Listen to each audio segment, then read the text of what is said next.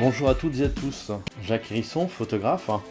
Donc aujourd'hui dans ce petit tuto, je vais vous expliquer tout simplement l'ouverture de votre objectif et à quoi ça sert. Donc suivant ce qu'on a envie de photographier, donc la profondeur de champ, donc l'arrière-plan, nous pouvons privilégier à ce que l'ouverture soit grande ou petite. Donc lorsque nous faisons un portrait, nous privilégions d'avoir un flou à l'arrière-plan, ce qui est quand même beaucoup plus gracieux sur une image, contrairement à une photo de paysage où on essaye d'avoir le maximum de netteté à l'arrière-plan et à l'avant-plan. Donc pour ceci, il y a une chose à faire, c'est le réglage de votre ouverture d'objectif.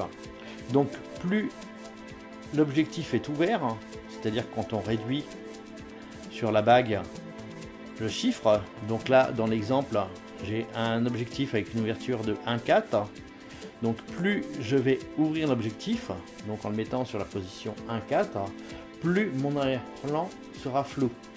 Sur la photo des tournesols, donc en réglant à 1,4, j'ai un flou à l'arrière-plan qui est beaucoup plus gracieux que sur la photo des tournesols où j'ai mis l'ouverture à 22. Donc j'ai voulu démontrer à une profondeur de champ à l'arrière-plan qui sera nette le plus loin possible. Donc là nous voyons qu'il y a un deuxième tournesol qui est net sur la photo et des arbres qui sont disgracieux à l'arrière-plan. Donc c'est pas très joli. Donc en privilégiant l'ouverture à 1,4, nous avons une profondeur de champ qui est floue. Donc j'ai également appliqué ceci sur les fleurs, les petites fleurs jaunes que vous voyez. Donc en ouverture 22, on voit que les fleurs sont nettes du début jusqu'à la fin.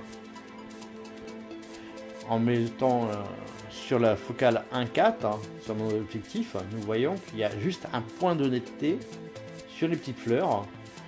Et donc là on obtient un flou. Donc on a une netteté à l'arrière-plan qui est faite.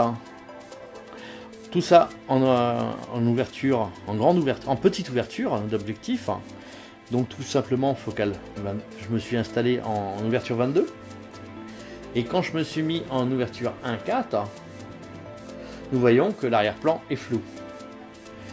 Donc bien sûr, il a fallu faire des réglages de vitesse et le réglage ISO. Donc plus les ISO sont ouverts, enfin en grande quantité, donc, plus la photo recevra de la lumière. Donc il faut faire attention aussi avec la vitesse. Ce sera le sujet d'un prochain tuto où je vous parlerai un peu plus de la vitesse et la quantité d'ISO à régler sur votre appareil photo. Donc là, lorsque j'ai pratiqué ces quelques images, donc sur les photos où on a un arrière-plan flou, j'ai réduit au maximum les ISO puisque j'ai beaucoup de lumière qui rentrait dans mon boîtier, ainsi que la vitesse. Donc j'ai augmenté beaucoup la vitesse pour avoir un minimum de lumière. Contrairement à l'ouverture 22, donc en réglant la quantité minimale de lumière à rentrer dans mon objectif, donc là il a fallu que j'augmente les ISO et j'ai également réduit la vitesse pour pouvoir avoir une photo pas surchargée en lumière. Donc à quoi ça sert tout cela? Eh bien lorsque vous avez envie d'avoir une photo avec un arrière-plan flou, il faut forcément ajouter un maximum de lumière à votre objectif, donc avec une grande ouverture. Donc réduire sur la bague le maximal possible dessus. La sensibilité des ISO c'est quoi? Donc tout simplement, c'est plus on augmente les ISO sur l'appareil photo, plus on recevra de la lumière. Donc lorsqu'on fait des photos de nuit, bon, je vais faire un petit tuto prochainement sur les photos de nuit, je vous expliquerai un petit peu d'augmenter les ISO. Bon, faut pas trop saturer non plus, parce que plus vous augmentez l'ISO, plus vous aurez du grain sur votre photo. C'est un petit souci aussi là-dessus. Il y a aussi la vitesse. Donc la vitesse d'obscurateur de votre appareil photo. Donc là, plus la vitesse va être ouverte, moins il y aura un flou sur l'image. Donc après, si vous avez envie de faire des photos de sport ou d'un objet qui bouge, il faudra augmenter la vitesse. J'espère avoir répondu à vos quelques attentes tout simplement sur l'ouverture de votre objectif. C'était la base de mon tuto. Prochainement, je vous propose de suivre mes prochains tutos. N'hésitez pas à vous abonner à ma chaîne.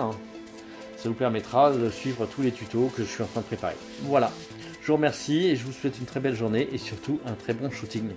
Allez, à bientôt et belles photos.